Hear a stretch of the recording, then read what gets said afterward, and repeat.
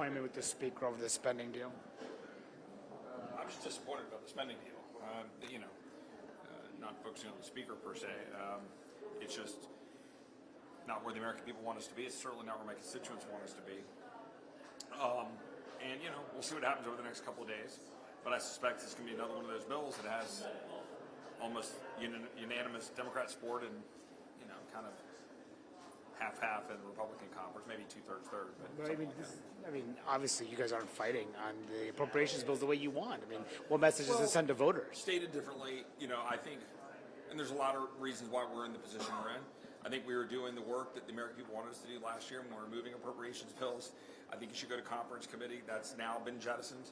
There's a lot of reasons why, but I think at the end of the day, we should have, as I said, used the caps that were in place to force us to get the appropriations bills done. I hope, this bill looks like it's pre-cooked.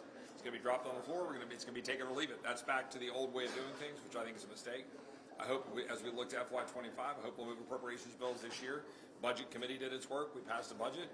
We used the FY25 levels from the caps. So if we're looking ahead at 25, we ought to use those. But this is not the way to do business. I think this is going to be the source of conversation the remainder of this year through the election season after November, particularly if we're in the majority. I think we'll have a real conversation that we need to go back to what we were doing last year that made progress but fell short. But why don't you think the speaker is any blame here?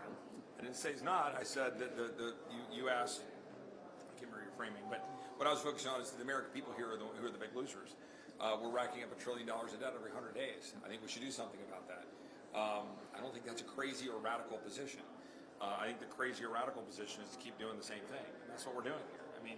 It's only a minor, look, we're holding non-defense flat. Defense is going up some. That's basically what's happening for a few crumbs and some policy wins.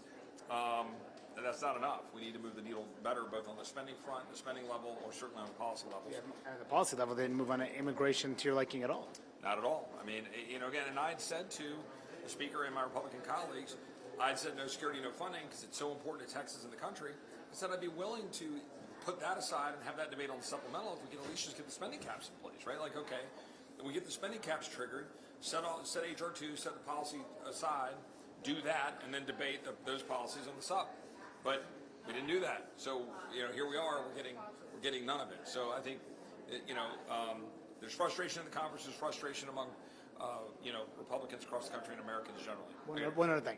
The former president says that he would pardon the January 6th hostages if he becomes president again. Do you think that's a good idea, and do you agree with that terminology? Well, what I would say is we need a full accounting of who was detained, who was arrested, who was put in jail. We need to know how those sentences were carried out, whether those were fair. We need a full reporting on that. I'm hoping to do a little bit of a hearing on this subject in the subcommittee that I'm the chair of now in Judiciary. I think we need to do more of that and have full accounting so we can know and make sure that those who maybe were treated unfairly are either pardoned or otherwise have their sentences adjusted at that point. But right now, I think we just need to focus on getting to the truth. Thanks, man.